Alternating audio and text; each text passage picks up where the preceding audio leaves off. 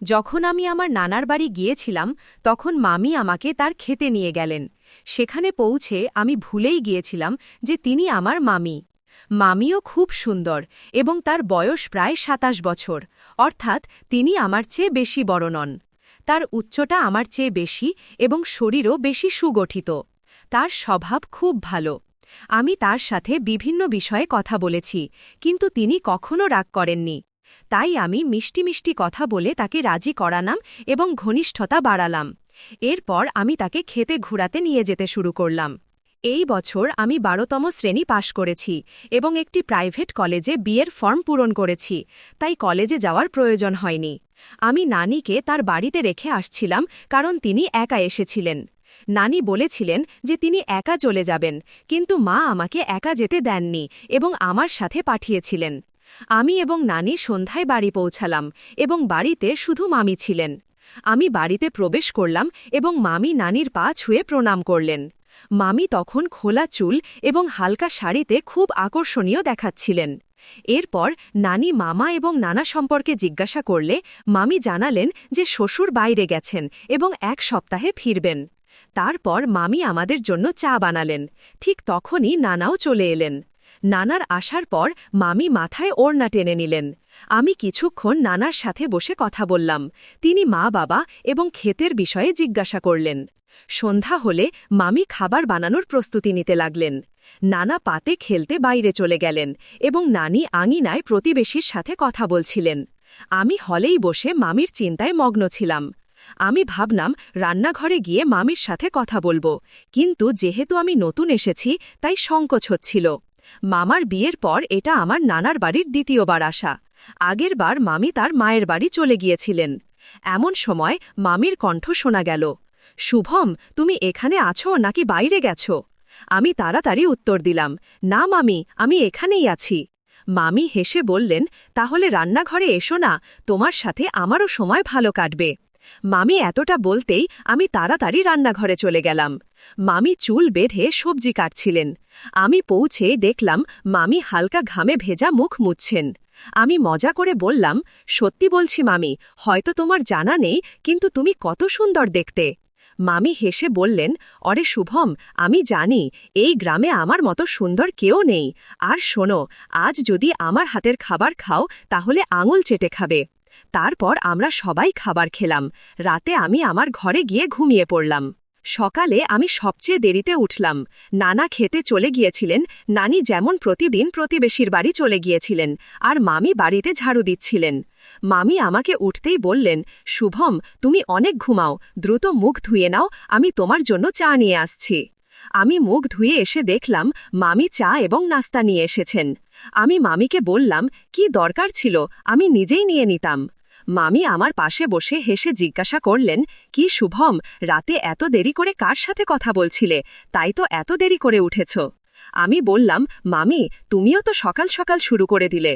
মামি হেসে বললেন, সত্যি সত্যি বলো, মিথ্যা বলো না, কে সে, তার ছবি তো দেখাও, সে কি আমার চেয়ে বেশি সুন্দর, আমিও দেখি। আমি মামির কাছে শপথ করে বললাম, মামি, সত্যি তোমার কসম, এমন কিছুই নেই। তখন মামি অবাক হয়ে বললেন, মানে তুমি এখনো কাউকে সেটও করনি? আমি মাথা নাড়ছিলাম আর মামি আমার দিকে তাকিয়ে হাসছিলেন। মামি হেসে বললেন, তাহলে মামি সম্পর্কে কি মনে হয়? মামির মুখ থেকে এমন কথা শুনে আমার নিঃশ্বাস বন্ধ হয়ে গেল, কিন্তু পর মুহূর্তেই তিনি জোরে জোরে হেসে উঠলেন এবং বললেন, শুভম, তুমি খুব ভালো লাগছো, আমি তো শুধু মজা করছিলাম। তারপর তিনি চায়ের কাপ নিয়ে তার কাজে ব্যস্ত হয়ে পড়লেন। সত্যি বলতে মামির স্বভাব খুব ভালো, তিনি সব সময় এমন মজা করে থাকেন। তাই আমিও ঠিক করলাম যে যেহেতু এত ভালো মামি পেয়েছি তাহলে আমিও কিছু মজা করব। খাবার খাওয়ার পর আমি মামির ঘরে গেলাম। মামি তখনই তার চুল ধুয়েছিলেন এবং শুকানোর চেষ্টা করছিলেন। আমি ঘরে ঢুকতেই মামি বললেন, অরে শুভম, ভালোই হলো তুমি এলে, আমি তোমাকে ডাকতে যাচ্ছিলাম। সকাল থেকে আমার পিঠে খুব ব্যথা করছে, তুমি কি একটু বাম দিয়ে মালিশ করে দেবে? আমি তাড়াতাড়ি বললাম, অরে মামি, এ কথা সকালেই বলা উচিত ছিল, আমি আগেই বাম দিয়ে দিতাম, তোমাকে অকারণে ব্যথা সহ্য করতে হলো না। তারপর আমি মামির পিঠে বাম দিয়ে মালিশ করা শুরু করলাম। মামি বললেন, এখন একটু সকাল থেকে বেশ আরাম লাগছে, ব্যথার কারণে আগে আমার অবস্থা খুব খারাপ ছিল। এরপর ৩-৪ দিন এমনই আনন্দে কেটে গেল এবং আমি মায়ের সাথে বেশি সময় কাটাতে শুরু করলাম। মামি এখন আমার কাছে একটি কিউট বন্ধুর মতো লাগতে শুরু করেছে। আমি বাড়িতে ফোন করে জানালাম যে আমি কয়েকদিন এখানেই থাকব। আসলে আমি মাত্র একদিনের জন্য এসেছিলাম, কিন্তু মামির সাথে সময় কাটানোর জন্য থাকার সিদ্ধান্ত নিলাম। এক সন্ধ্যায় সময় কাটানোর জন্য আমরা লুডো খেলছিলাম। মামি জিততে চলেছিল। তখন মামি হেসে বলল, শুভম, তুমি এখনও এই খেলায় কাঁচা। তোমার মামাও আজ পর্যন্ত আমাকে হারাতে পারেনি। আমি তাড়াতাড়ি উত্তর দিলাম, আরে খেলা এখনও শেষ হয়নি, তুমি এখনও হারতে পারো। মামি হেসে বলল, রোহান, তুমি যতই চেষ্টা করো না কেন, আমি হারতে যাচ্ছি না। আমি তাকে চ্যালেঞ্জ দিলাম, যদি তুমি হারো তাহলে আমি যা বলবো তোমাকে করতে হবে। মামি হেসে বলল, ঠিক আছে, বলো তোমার শর্ত কি। আমি মামিকে বললাম, একবার ভেবে নাও, পরে পিছিয়ে যেও না। মামি হেসে বলল, প্রথমে হারিয়ে দেখাও তো। হঠাৎ ৩ বার আমার নম্বর আসলো এবং আমি গেম উল্টে দিলাম। আমার মনে হলো যেন আমি কোনো বড় যুদ্ধ জিতেছি। মামির মুখ হারার পর হতাশ হয়ে গেল। মামি বলল, শুভম, তুমি চিটিং করেছ। আমি হেসে বললাম, না মামি, এখন কোনো অজুহাত চলবে না। মামি হেসে বলল, ঠিক আছে, বলো তোমার কি ইচ্ছা। আমি একটু গম্ভীর হয়ে বললাম, মামি, দয়া করে রাগ করো না এবং আমার কথা খারাপ মনে করো না। মামি বলল, আরে না, রাগ করব না, বলো কি বলতে চাও।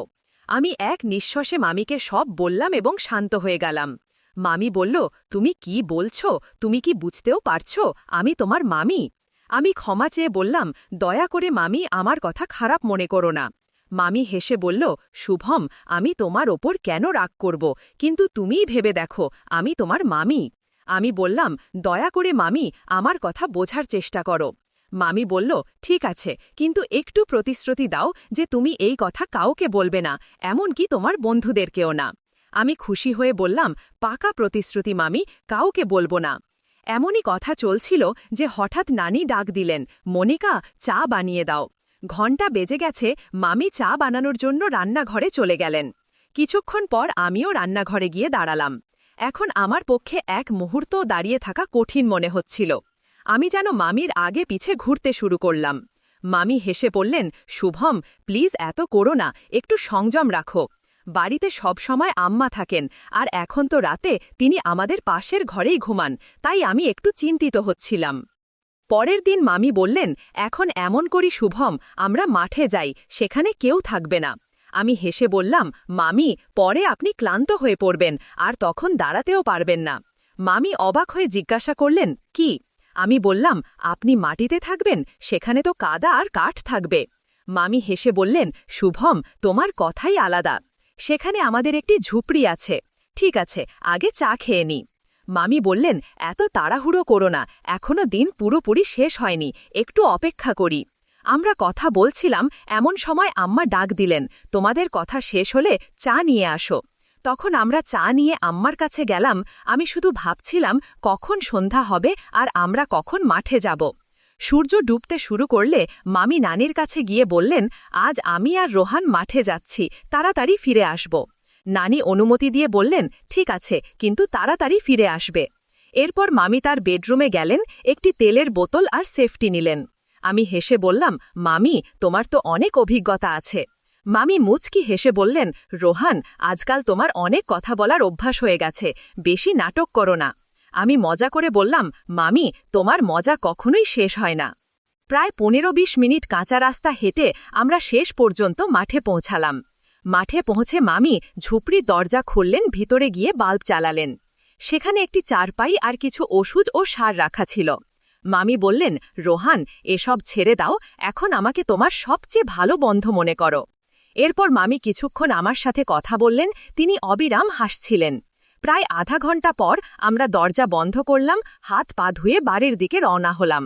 পথে মামি মুচকি হাসছিলেন, কিন্তু আমি একটু বিব্রত বোধ করছিলাম।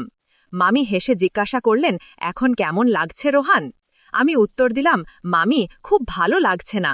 মামি বললেন, খালি মনে হতে পারে, কিন্তু চিন্তা করো না, সন্ধ্যার মধ্যে নরমাল হয়ে যাবে। তারপর আমরা বাড়ি পৌঁছে খাবার খেলাম এবং আমি ঘুমিয়ে পড়লাম। পরের সকালে মামি চা নিয়ে এলেন। আমি তাকে ধন্যবাদ জানালাম। মামি হেসে বললেন, কালকের ধন্যবাদ আজ দিচ্ছ? আমি মামিকে বললাম, মামি, সম্ভবত কিছু ভুল হয়েছে। এমন করা উচিত ছিল না, কারণ আপনি আমার মামি। মামি হেসে বললেন, এখন তোমার ভুল লাগছে, কিন্তু এটা মনে রেখো, চিন্তা করো না। বন্ধুরা, এই গল্প বলার উদ্দেশ্য কারও মন খারাপ করা বা কোনো অনৈতিক কার্যকলাপকে উৎসাহিত করা নয়, শুধু আপনাদের সচেতন ও সতর্ক করা। যদি আমার গল্পটি আপনার ভালো লেগে থাকে তবে ভিডিওটি লাইক করুন, চ্যানেল সাবস্ক্রাইব করুন। ধন্যবাদ।